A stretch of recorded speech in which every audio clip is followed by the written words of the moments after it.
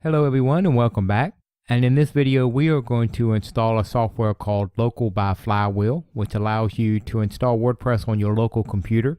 And then in later videos we are going to expand on what you can do with Local. So if you would like to be notified when these other videos go up, please hit the subscribe and the bell notification.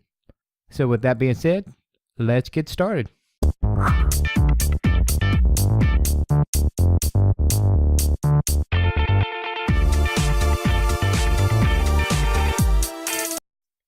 My name is Steve with majorinwp.com, and as you can see we have hopped over to the Local by Flywheel website, and it is located at local.getflywheel.com, which I will link in the description below.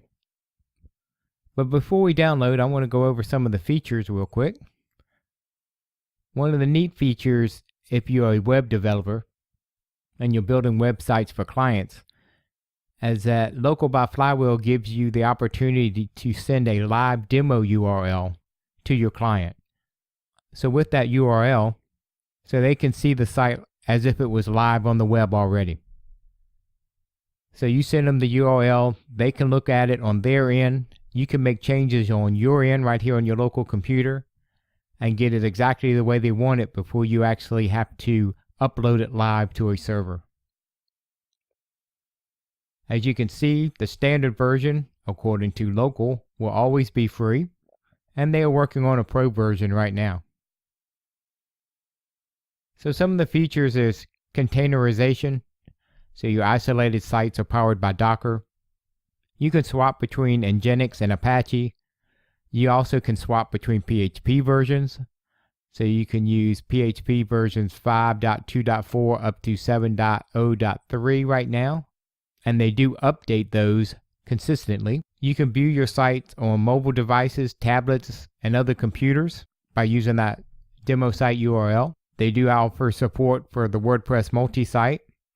So the site blueprints is pretty interesting. If you always build your sites with a certain theme and maybe, however many plugins you want to load up, you can set that as a blueprint. So every time you go to Local and create a new site, it will download that theme and then download all the plugins that you start every site with. You can export and import sites. You have Mail Catcher, so you can test emails while offline. You got access to logs and a lot of other things that make this a pretty well-rounded software. So we're going to go up and click Download, and they have a Mac and a Windows version. And you just put in your first name, your last name, your email, and click Get It Now.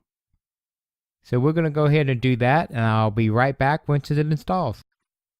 Okay, once you have downloaded and installed Local, it'll look something like this when it first opens.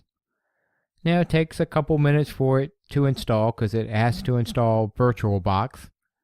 And the first time you open it, it may take a couple minutes for it to open because it has to install and configure the local machine that it runs on. Now I've installed this on a Mac and on a PC, and I've had a little issue sometimes loading it on the Windows machine. And usually that issue belongs with VirtualBox. So if you have a problem, my suggestion would be to delete Local by Flywheel that you just installed. Come over to virtualbox.org and download VirtualBox and install it by itself, and then go back and reinstall Local by Flywheel. And 9 times out of 10 that's solved any installation problem that I've had on a Windows machine. So now it's ready to go, and the first time it opens you'll be able to create a new site right here with the big green button in the middle.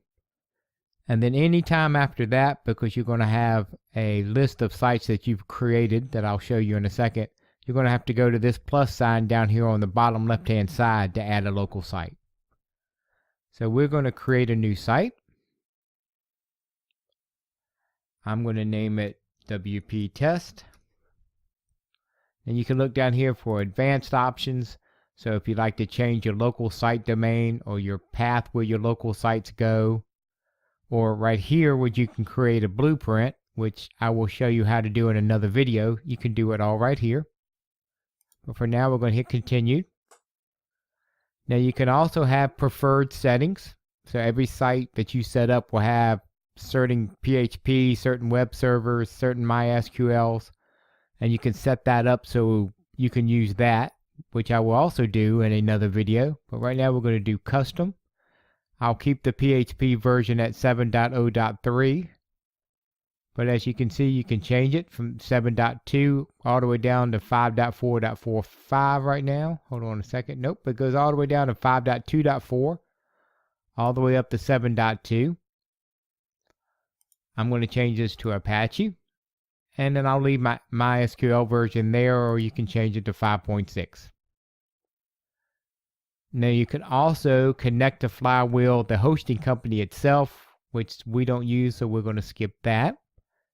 We're going to hit continue. Now you need a WordPress username and a WordPress password and a WordPress email, just like you would if you were setting up a real site. Just for the test, I'm going to use admin, and I'll leave the WordPress email for now. Advanced options. This is where you can set it up for our WordPress multi-site if you'd like. And then we're just going to click Add Site. And it's going to go out, set everything up. It's going to go out and provision Apache. It's going to find the latest WordPress. It's going to download it.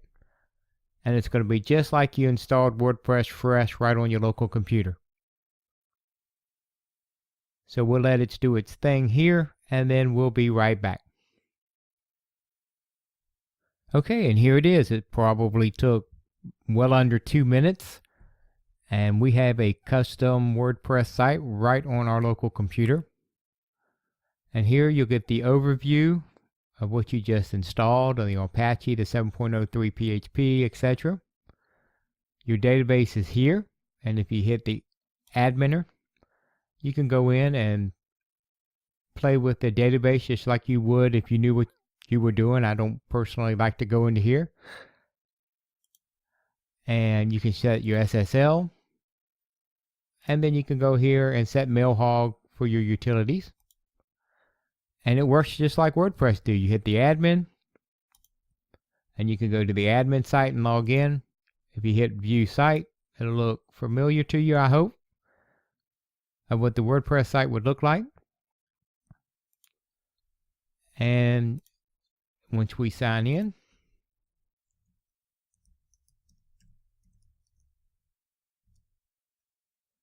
you can see that it works just like a regular WordPress would work. You can install Gutenberg. As you can see in this video, this was pre-Gutenberg. You can add, we'll go down to plugins. You can add new. You can search for whatever you might want to search for. And install, activate, just like you would anything. Same thing for themes. You can add new.